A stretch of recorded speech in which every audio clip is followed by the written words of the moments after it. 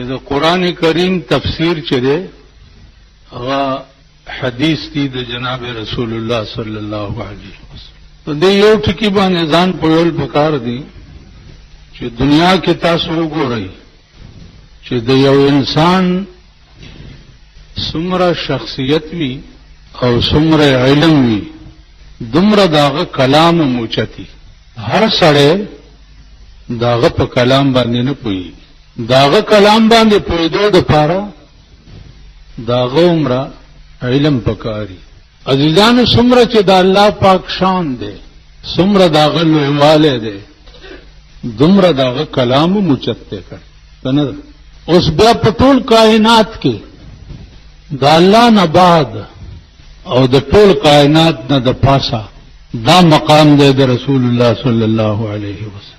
شیخ سعدی صاحب نه چاته پوښتنه کو چې د رسول الله صلی الله علیه وسلم څومره مقام دی. هغه لنډ غوندې جواب ورکو چې بعدس خدا بزرگ ته قصه مختصر د الله نه بعد کله شان دی نو هغه د رسول الله دی د بل چا نشته. د الله څومره شان دی بیا دا رسید عمر ما هم چونی در اول وصفه تو مانده. هغه دفترم خلاص شوی عمر بن ټول تیر شو کاغذونم خلاص شو قلمونم مات شو لیکن هم زه باغول صفت کې لا دویم تشویم نه. اوس دا الله څومره صفاتونه دي هغه څوک شمارلی شي. نو شیخ سعدی وی چې دفتر تمام شد و به پایان رسید عمر ما هم چونی در اول وصفه تو مانده. یا الله په اول صفت کې دیما لا دویم تشویم نیم اور تخلاص خیال مراد. نو عزیزانو عرض مې داو چې یوازې یو صفت چې هغه حسین دی خسته دی او څومره خسته دی نو دومره خسته دی چې څومره داغه شان دی. قرآن کې الله پاک فرمایي چې صبغت الله ومن احسن من الله صبغه. دا الله رنگ چې دی څوک ډېر خسته دی ادروی رنگ د سیوا د پروردګار نه بل څوک خسته شته. نو زما عزیزانو د تبلیغی جماعت امیر مولانا یوسف رحمت الله علیه یو تقریر مې اوریدو په دې عیدګاه کې او 400 روډ باندې تقریر کې یو خبره کړې ده چې هغه 67 کې کړې و ما ته اوس هم یاد ده.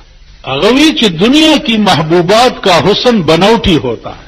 د دنیا د معشوقو حسن چې ده دا بنوٹی وی شونډې پرنګ سره کړې وی په مخې سرخی مګلی وی په مخې پودر مګلی وی د سر وختې په کلیپونو باندې کونډل کړی وی جامې اوس 50 کاله کې تاسو وګورئ نه د خزو جامې پورا شوې نه پیزار پورا شو نه سرخی او پودر پورا شو.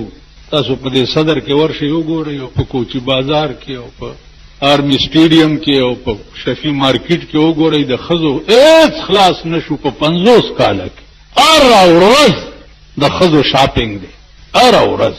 دا څه لپاره بنوټي حسن جوړولو لپاره ځان په پودر او سرخو جامو باندې خسته کړي او ول جنت کی حوروں کا حسن وہ فطری ہوگا. فطری قدرتی به ننګین سری شونډې به سری وي مخ به سپینی مړه سبد سرخو ګومه هو خدای درکړي او به ګوري.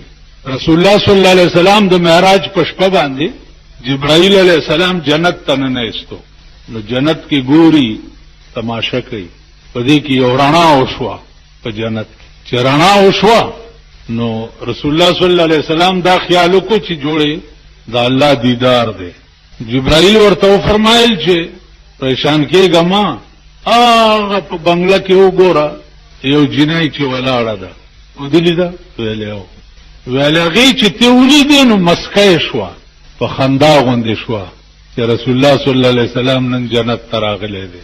نو ویلې د هغې د غاښونو چمک په دې جنت پرېوته نو ټول جنت یې رڼا کړو. د غاښونو هغه رڼا یې ټول جنت رڼا کړو. پیغمبر تپوس کوي چې دا د څوک وستا امت له چې خدای کومې حورې ورکړي دي دا د هغې خدمتګاره ده. نو اوس نورې اندازې عزیزانو تاسو لګوئ چې د کومو ښځو خدمتګاره د هغې غاښونه ټول جنت رڼا کوي نو چې هغه اصل خزي به څنګه قرآن ویلی دي ستر او پرده به څنګه حور مقصورات فی الخیام حور هغه به مقصوری وي په خیمو کې بندې به وي د چا په نوم چې فیصله شوې ده چې دا حور به دې سړي ته ملاویږي هغه حوري چې د کومې ورځې نه پیدا ده نو ترتا ملاوېدو پورې به د هغې نظر په پردي سړي نه لګېدلی زمونږ ښځې خو د ورځې کروڑونه سړي ګوري که نه سهار راته یو سړي خبره کوله خو چې بازار کې وکړه کوم بازار کې ګرځېدمه کپړې مې کتې نو زما دا لاس چې دی د ښځې رستو د کوناټو سره ولګېد ویل ښځې ویل چې ما ویل زه تې زر دې خوا شوم زړه کې راغله چې ورته وایم چې همدغې لا خو راځئ چې خلک را باندې لاسونه ووینو ما ولې که خدای دې کور وران څه حال دې ښځو جوړ کړی په دې بازارونو کې په دې سړکونو باندې روانې څنګه ګرځي څنګه غریبان دي که وږي تږي دي بله ورځ دلته د یو غریب د زوی واده داسې خپیاب له ګرځي چې یو قسم ډولکي په دې سړک غږول دا څوک دی هلکه د پلانی د زوی واده دی ته خدای دې په دغه زوی بوره کړه غریبان وږي تږي نهر دا د خنزیر بچي چې څومره حرامیان دي دا چې څومره حرامیان که نورې وس نه وي نو د واده په شپه به پټاخې والي ټاک ټوک ټاک ټوک ټاک ټوک یو ټکار به یې جوړ کړی دا د خنزیر بچي چې تاسو له به دا هورې ملاویږي تاسو له به دا جنتونه ملاویږي تاسو له به دا محلونه ملاویږي وسم نشته د معتبرو ودونه چې دي هغه نشترحال ته لاړو کنټونمنټ حال ته لاړو هغې هلته ګډېږي او غریبانو چې دا غځی وس نشته دا په سړکو ګډي دې قوم ته به خدای پاک دا نعمتونه ورکوي او دا جنتونه پام کوئ د دې مولیانو په خبرو تېر نه وځئ د ملا کور ته بوځئ وریجې مریجې ورته وخوټ کوئ او دوا وګرځي خدای اته واړه جنت ورکړه خدای دې کور وران کړه اته واړه جنت چې ته دته ورکړې دې نور خلک به چېرته ځي په دې تېر نه وځئ په دې تېر نه وځئ چې ما جنازه وکړه او دعا وکړئ ورته په دې تېر نه وځئ جنت وہ پس ملاویگی ایک اونگ سے دل میں اٹھتی ہے ایک اونگ سے دل میں اٹھتی ہے اور ایک درد جگر میں ہوتا ہے ایک اونگ سے دل میں اٹھتی ہے اور ایک درد جگر میں ہوتا ہے میں چھپ کے روتا ہوں جب سارا عالم سوتا ہے چې ټوله دنیا ودري او ته ورته د شپې راپاسې او ورته جاړې درد دې ته وایي موسی علیه السلام په لاره روان دی او یو شپون دی ګډې او چیلی سره او لګیا دی ناست دی یا الله ته به چرته ستړی شوی به چې لږ د چاپي کما یا الله ته بچرته جامې بدی خیرنې شوي چې درته ووینځما یا الله ته بچرته زما د ګډو د چیلو ډېر ښایسته پی دي چې لږ در باندې وسکما موسی علیه السلام چې واورېده ورته چپ داسې وې ستا پیو ته او جامو وینځلو او چاپی ته خدای محتاج دی دا خو د کفر خبرې دي ته خو کافر شو شپون ویل زه کافر شوم زه خو په الله مینې ما لټوم چې چېرته دی ګډې او چیلی په ځای پرېښوی ولاړې او کنده کې پوټه سملاست او جاړي چې خدای نو زه څه خبر یم چې ته څنګه یادول غواړې زه خو په تا مینې د خدای غیرت په جوش کې راځي مولانا روم وی وحی آمد سوی موسی از خدا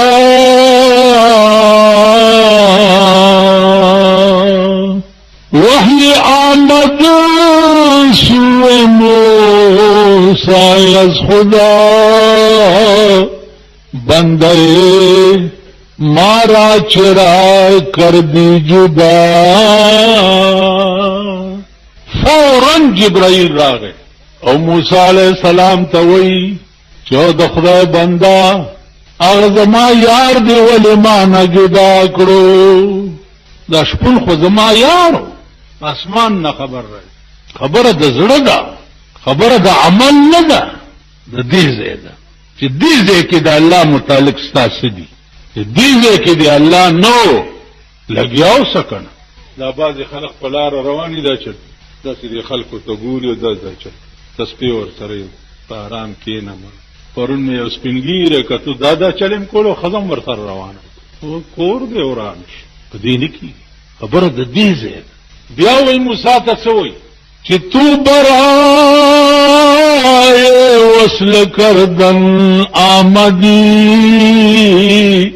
تو برای وصل کردن آمدی، نے برائے فصل کردن آمدی. اے موسیٰ تو خمادی د پر لګلې چې ما سره د خلکو یارانه جوړه کا، ما خود له نه لګلې چې ما نه یاران جدا کا.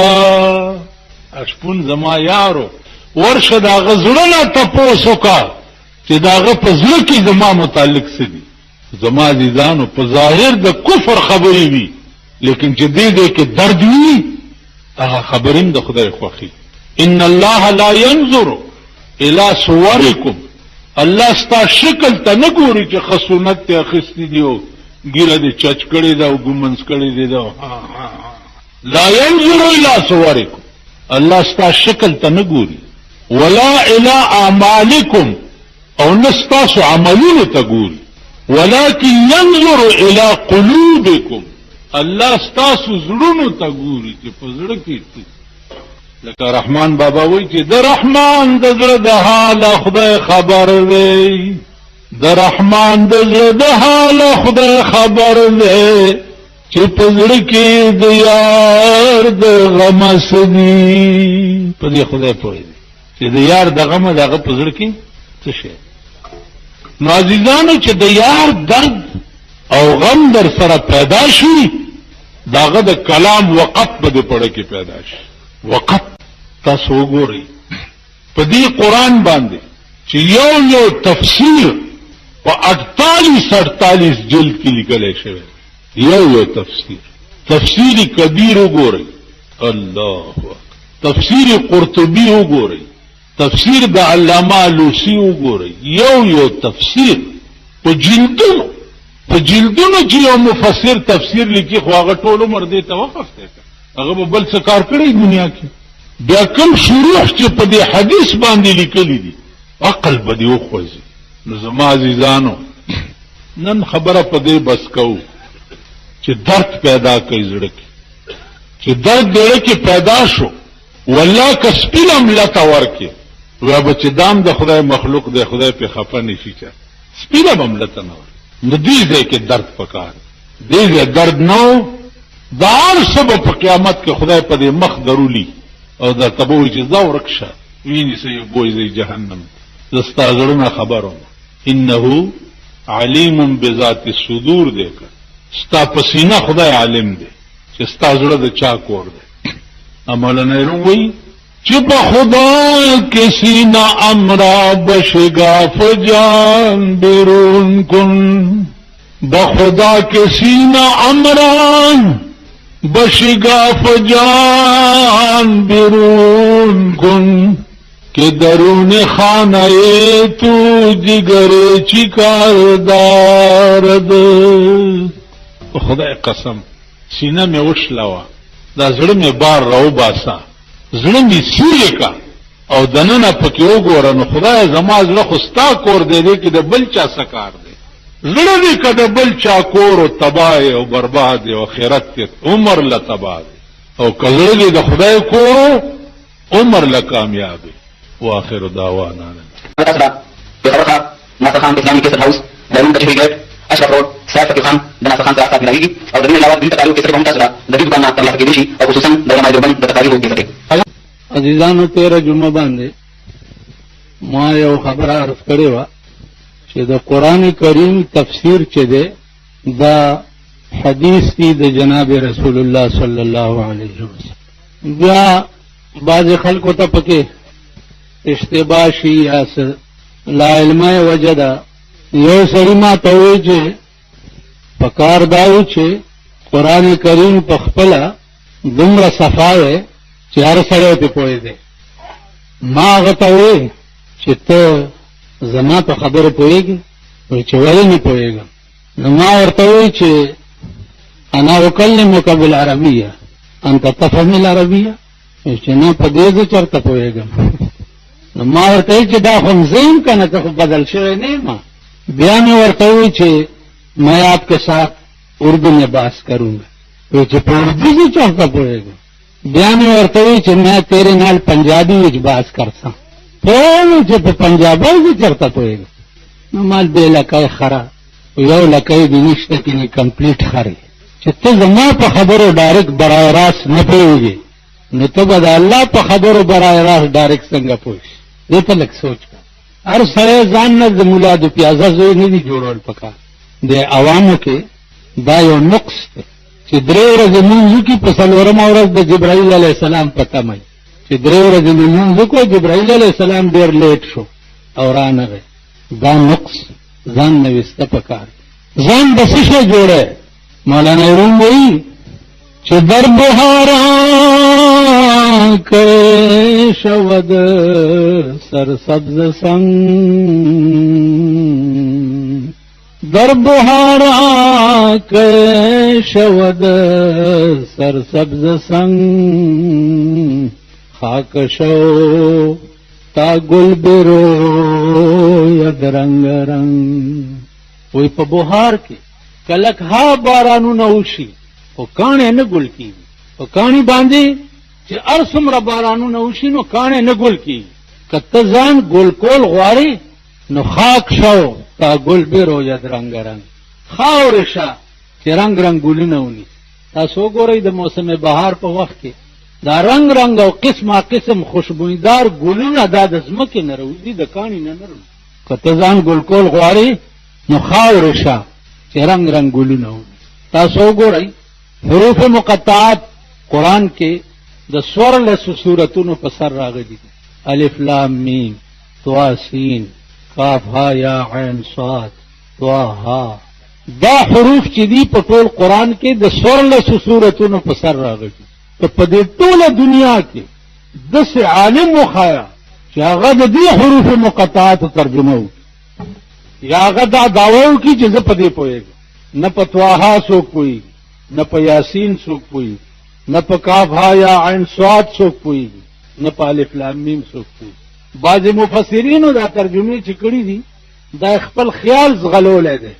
اصلي شی چې دی دا هغه حروف دي چې د الله او د رسول په منځ کې یو خصوصي راز دی، هېڅوک پرې نه پوهېږي. تاسو کې که انګریزي خوان ناست دي، بعضې سیکرټ چټۍ چې وي چې د چا په نامه جاري شي او مغه سړی به یې ګوري او هغه به پرې پوهېږي، بل چا ته به اجازت نه وي. دا یو سیکرټ قانون دی چې په دې الفاظو کې خدای پیغمبر ته ویلي دي. په دې یا خدای پوهېدو یا په پیغمبر پوهېدو، څوک خو دې ووایي. نو زما عزیزانو ما عرض دا کولو چې الله څومره لوی دی، دومره خبرې لوی دي، دومره کلام لوی دی. یو سړی د دې ځمکې د پاسه دا دعوه کولی شي چې داغه د الله وجود او داغه شان د چا په خیال کې راشي چې دا به څنګه وي؟ څوک ویلی شي؟ دومره به ته ووایي چې الله موجود دی. الله څنګه دی؟ سترګې څنګه دي؟ لاس څنګه دی؟ خپې څنګه دي؟ حالانکه قرآن کې بصارت په سترګو کې ید د خدای متعلق راځي تبارک الذی بیده الملک، دا ټول کائنات د الله په لاس کې دی.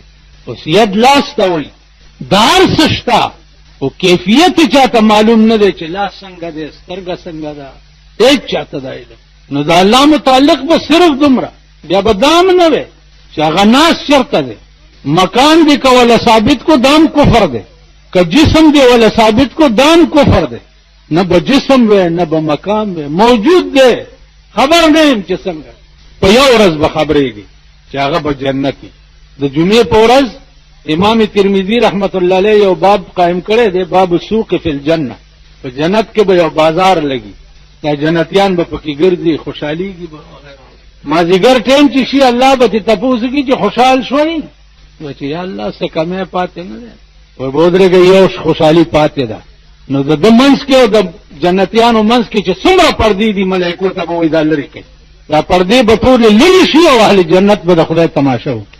قرآن کې راځي چې وجوه یومئذ ناظرة الی ربها ناظرة، ډیر مخونه به په دغه ورځ باندې تازه وي او څه به کوي؟ الی ربها ناظرة، الله ته به ګوري. اوس الله ته چې وګوري او دا خوند اهل جنت محسوس کی، دا جنتیان به په یو چغه وایي چې یا پروردګاره نم دا جنت پکار دی، نم دا نعمتونه پکار دی، خو چې دا مزه یو ځلې بیا وي. په دغه ورځ به دا مهرباني کېږي، د هغې نه مخکې هېڅ نشته. او دا دعا کوئ چې الله مونږ ته داسې دغه راکړي عمل چې مونږ جنت ته لاړ شو، دا مهرباني دا باندې خدای وکړي. اوس په دغه ورځ باندې به تقسیم وشي، چاته په میاشت کې یو ځل د الله دیدار، چاته په هفته کې یو ځل د الله دیدار، چاته هره ورځ څو ځله د الله دیدار. نو لویه مزه او لوی خوند به چې دی په جنت کې، هغه د خدای د لیدو وي. ابه د خوراک نه وي، ابه د ښځو نه وي، ابه د ښه محلاتو نه وي، لوی خوند به دا وي. نو زما عزیزانو عرض مې دا و چې څنګه الله لوی دی او د چا په علم کې نه راځي، داسې د هغه کلام لوی دی. هغه درجه په درجه مونږ ته چې را رسېدلی دی، نو د اهل علم برکت دی. پیغمبر نه وروسته د صحابو مهرباني وه چې د قرآن څومره تشریحات چې پیغمبر کړي دي صحابو یاد کړي. صحابو بیا د ځان نه وروسته تابعینو ته سپارلي دي، تابعینو بیا د ځان نه وروسته تبع تابعینو ته سپارلي دي، تبع تابعینو د ځان نه وروسته بیا ائمه مجتهدینو ته سپارلي. خو دا زه او ته چې په کومه زمانه کې اوسېږو، ډېر خلق به تاسو دا واورئ چې امام صاحب نه پوهېدو، امام شافعي نه پوهېدو، امام مالک نه پوهېدو. تاسو په ایمان ووایئ او بیا یې په ایمان ووایئ چې تاسو چې حج ته لاړ شئ او دلته راشئ، دا خلک درته زمبی کېږي او ته چېرته حاجي صاحب راغلی دی یا حاجي صاحب راغلی دی، ته بلا راغلی دی. امام مالک په تمامه زندګۍ کې په مدینه منوره کې پڼې نه وې پخپو کړې، په تمام عمر کې په مدینه کې خپې ابله خپې به ګرځېدو. ولې؟ په هغه ځمکه به زه پڼو سره څنګه ګرځم چې په کومه ځمکې لاندې زما محبوب پروت دی. خو به کې څوک داسې تاسو کې خو به هم ډېر خلک حج ته تللي، یوه ورځ بې پڼو ګرځېدلي په مدینه کې، یوه ورځ. بیا هغه امام مالک ته د بغداد بادشاه خط را لیږي چې یو څو ورځې له بغداد ته راشه. امام مالک ورته خط لیکي چې زه اوزګار نه یم، خط ورته لیکي چې یو څو ورځو له راشه، بیا ورته وایي چې زه اوزګار نه یم. بیا ورته خط لیکي چې یوې شپې له بغداد ته راشه. امام مالک ورته ولیکل چې زما دې د خدای په ذات قسمي چې د رسول الله صلی الله علیه وسلم د قبر په خوا کې یوه ګنټه زه ستا په ټولې بادشاهۍ ورنه کړم، یوه ګنټه زه به د معشوقي او د محبوب خوا پرېږدم او د بغداد بادشاه ته به ورځم. خو به کې څوک داسې د مولیانو نه تپوس چې ملا صاحب تا چې ځان نه خسکي چرګ جوړ کړی دی او بې وخته بانګونه وې. ته د امام ابو حنیفه تاریخ وګوره، په سخت ژمي کې به کمیس وویستو او د جومات په صحن کې به کېناستو او کتاب به چې کمیس ول دې کمیس کې دا چل دی چې بدن له ګرموالی ورکوي، بیا سړي له خوب راځي. نو چې دا بدن مې دا یخ باد وهي چې خوب نه راځي چې کتاب وګورم. وبخئ په دې دنیا کې داسې ملا چې ټوله شپه یې داسې چل کړی. اوس مونږ ته ګوره، د 14مې صدۍ ته ګوره، د فتنو دور ته ګوره، او په امام صاحب اعتراض کولو ته ګوره، په امام شافعي اعتراض کولو، او امام مالک، بیا امام حنبل. زما عزیزانو مونږ داسې په پرفتن دور کې پیدا یو چې هغه د ډاکټر اقبال یو شعر دی او یا کاله مخکې ویلی کہ یا الہی یہ تیرے سادہ دل بندے کدھر جائیں، یا الہی یہ تیرے سادہ دل بندے کدھر جائیں، کہ سلطانی بھی عیاری ہے اور درویشی بھی عیاری. یا اللہ استادا بدبخت مخلوق کم طرف تلارشی، بادشاہان پہ بادشاہے کے ٹگان دی اور درویشان پہ خلوت کے ټګان دي. دا خلق څه چلو چا پسې لاړ شي؟ نو دې وجنه یو عقیده پیدا کړي. یو زما دې خبرې سره طبي طور لګي نه چې لکه پلانې ګلاو کوي نیکیو کوي، دومره ثواب دی دومره ثواب دی دومره ثواب دی. ثوابونه ډېر مه یادوه. د حضرت عمر عقیده خلکو ته وښایئ. خدای ته یې ووایي چې یا الله نه جنت غواړم، یا الله نه حورې غواړم، نه غلمانان غواړم، هېڅ نه غواړم، خو دومره مهرباني را سره وکړه چې څه راته ونه وې. مونږ خو دا خلک مستو که نه، چې داسې جنتونه به یو، پکې خوراکونه به یو، په دا دواړو جامنو به خوندونه وهې او پلانې چل به یو، پلانې چل به یو که نه. دا خلک په دې مستو رمست. دا دعا کوه چې خدای څه راته ونه وې، او بیا چې مړ کېدو وصیت یې وکړو چې زما په دې مخ خاورې ومږئ چې خدای ته خړ مخ لاړ شي. کینې ثوابونه یو ګناه یوه زنا دې کوله او رستو شوې چې خدای له به جواب څنګه ورکوم. زنا دې پرېښوه. شراب دې څښل او رستو شوې چې خدای له به جواب څنګه ورکوم. غلا دې کوله او رستو شوې چې خدای له به جواب څنګه ورکوم. الله وایي دغه سړی چې د یوې ګناه نه زما د یرې رستو شو، د سره به زه څه چل کوم؟ ولمن خاف مقام ربه جنتان. د یو ګناه نه زما د یرې توبه کړه، نو دله به انعامي 2 جنته ورکوم. انعام به 2 جنت. او ورپسې رستو وایي چې ومن دونهما جنتان، د دې دواړو سوا به نور جنتونه ني، خو دا به زما د طرف نه انعامي چې تا یوه ګناه زما د یرې پرېښې وه. اوس ته ماته ووایه چې د جنت د یو کوټې قیمت به ستا هغه نیکه پوره کړي؟ تسبیح دی، منځونه دي، دلته یې تور ټاکی لګېدلی دی، څه چل دی، یو هین دی، یو کمره به د ملغلرې جوړوي، او دا یوې کمرې پلنوالی به عرضها 60 میله، پلنوالی به 80 میله، د یوې کوټې پلنوالی به 80 میله، چې اوږدوالی به څومره یو اوچتوالی به څومره. ستا د ټولې زندګۍ خوارۍ چې را جمع کړې د یوې کوټې قیمت به پوره کړي؟ وایي که نه؟ ګومنځ یې خو په جیب کې ګرځوئ، د ورځې 3 ځله یې ګومنځوئ دا ګیرې. ارام کښېنئ، دا ګیره چې رانیسي داسې راکاږئ داسې. یو طالب ته یو خان ویلی، ملا صاحب نه ستا د ګیره ښه ده که زما د سپي د علاقۍ ښه ده؟ اوس طالب ته څه ویل پکارو؟ په دې خوله یې وال پکارو که نه؟ او طالب هم سړی و که نه؟ دا زمونږ باندې طالبان نه نه زمونږ باندې مولیانو دا د ملا چرګکرونه. طالب ورته وایي خان دا چل دی چې که دې ګیرې ایمان تېر کو، خو ستا د سپي د لکۍ نه ښه ده، او که ایمان یې تېر نه کو، نو ستا د سپي لکۍ تې ښه ده. کومه ګیره چې ایمان تېر نه کړي د سپي لکۍ تې ښه ده که نه ده؟ طالب چې مړ کېدو، د مرګ په ټایم کې احوال د آخرت په سړي منکشف شي، پته ورته ولګي چې زه ایمان تېروم یا نه تېروم. ده ته پته ولګېده چې ایمان تېروم، وصیت یې وکړو چې زما جنازه د پلاني خان د کور مخکې تېره کوي، او لږه یې ودروئ. طالب چې مړ شو، د پلاني خان د کور مخکې جنازه ودروله. جنازې نه طالب ورته آواز وکړو چې پلاني خانه. هغه ویل حاجي، ویل ستا د سپي د لکۍ نه زما ګیره ښه شوه، ما ایمان تېر کو. تاسو خیال راغی؟ نو عزیزانو ګوره چې په هېڅ شي غاویره نه شي.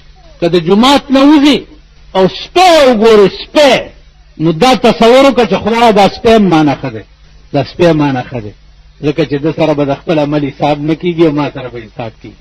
سپي ته به هم سپک نه ګوري، هله به کار کېږي. ماما که دا حالت وي لکه چې دا ګوري، که حکمران طبقه وګوري سال جوړ دی، که عوام طبقه وګوري سال جوړ دی. اوس الله پاک دې دا بایسکوپونو والا په خپل قهر عظیم اخته کړي.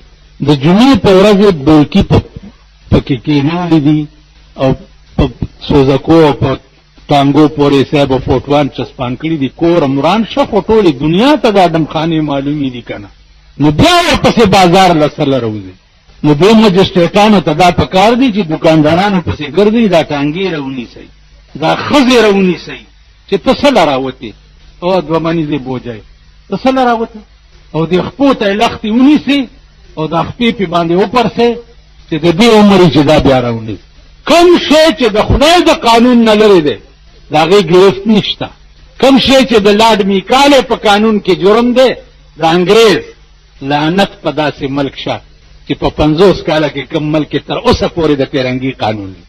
لعنت په داسې قوم شه، او لعنت په داسې ملک شه. دلته چې باروزی په دې ګوټ باندې یو کور دی، 15 کاله وشو، کمیټۍ سره مقدمه ده چې د ویاڼۍ د اوبو نه پرېوتی دی. 15 کاله کې د 50,000 روپو دعوه نه ده فیصله شوې، او 15 زره ججان پې بدل شو.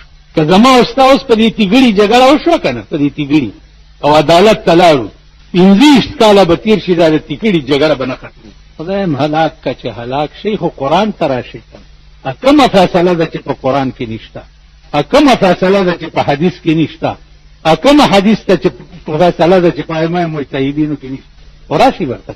نو منله د قانونه په ځان باندې پښتون ته ته وایه که نه چې راځه چې په شریعت فیصله وکړو. ما زه په دې ملیانو زه فیصلې کوم، نو کچرو کې چې ناست یا د مور مړونه دي څه هغه درته ښه فیصله وکړي.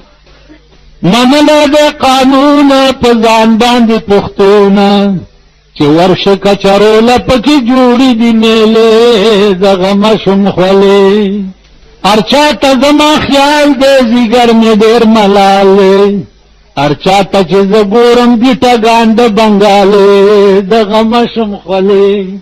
وایي تاسو ټول ارچا ته زما خیال دی زیګر مې ډېر ملال دی ارچا ته چې زه ګورم دي ټګان د بنګالې دا د بنګالې ټګان دي، دا مسلمانان نه دي او ما پې دوکه کېږي. اوس ما نه چاته پوښتنه شب قدر د روژې څومره ثواب دی؟ مالټې ډېر زیات ثواب. څومره ثواب دی؟ برې شو چې جنت ته والوتې، برې شو. شب قدر د روژې څومره ثواب؟ اوس ته شب قدر د روژې ثواب باندې به ته جنت ته ځې. خر لم خوله وتاړه چې روژه دې ده نو اب هم جنت ته ځي. په ارام کښېنئ کاکا، کار خراب دی. که زه درته مخکې ولاړ یم زما هم د پلار نیکه بیړه تباه ده، او که تاسو راپسې ولاړئ ستاسو هم بیړه تباه ده. چې د قرآن